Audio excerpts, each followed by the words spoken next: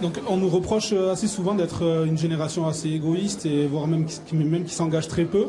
Est-ce que vous pensez, que notre génération s'intéresse peu au monde qui l'entoure?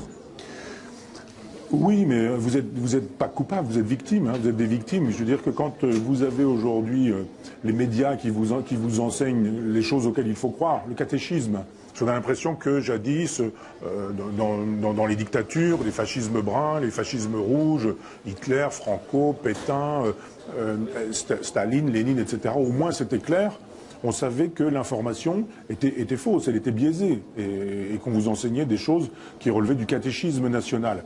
Aujourd'hui, on a l'impression qu'on enseigne la liberté et la vérité. C'est pas vrai. On a aussi un autre catéchisme, mais c'est moins visible. Cette idée que l'euro, l'Europe, l'argent, le marché, tout ça, le cosmopolitisme ferait la vérité des peuples et tout, on vous enseigne ça très tôt, très vite. Il faut aimer l'autre, etc. Mais c'est quoi l'autre? C'est mon voisin. C'est pas forcément l'homosexuel, c'est pas forcément la personne de couleur, c'est pas forcément le juif, c'est tout le monde. Dans une république, on n'arraisonne pas les gens à leur allure.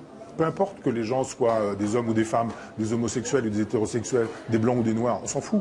Si on veut faire une république au sens étymologique, res publica, une chose commune, il faut d'abord construire avec les individus tels qu'ils sont, mais pas avec des communautés. Donc effectivement, vous avez droit à cette idéologie-là, plein pot, dans les journaux, à la télévision, sur les médias qui se prétendent même de réinformation. Comment pourriez-vous échapper à cette contamination? L'esprit critique, moi je l'ai eu beaucoup plus tard que je n'ai pu l'imaginer. J'ai fait des études à la fac. Quand on vous enseigne des choses à l'université, c'est un professeur d'université, vous n'allez pas mettre en doute. Si vous avez quelqu'un qui arrive à la télévision, qui est un philosophe, qui vous dit des choses, il y a une espèce de crédibilité. C'est dit à la télévision, vous l'avez entendu à France Culture. Donc il y a une espèce de crédit qu'on porte à toutes ces choses-là. En fait, c'est un catéchisme. Et vous obéissez à ce catéchisme.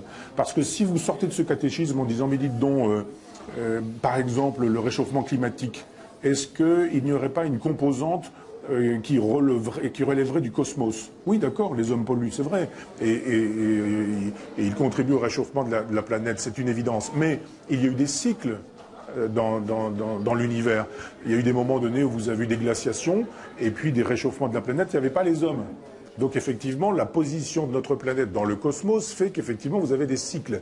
Et si il y avait une part de ce réchauffement de la planète qui entrait dans l'un de ces cycles-là. Si vous posez la question, vous devenez immédiatement climato-sceptique, associé à Marine Le Pen, donc à Vichy, à Pétain, etc. Vous n'allez pas prendre le risque. Donc vous restez dans le rang et effectivement vous êtes formaté. Votre intelligence est formatée.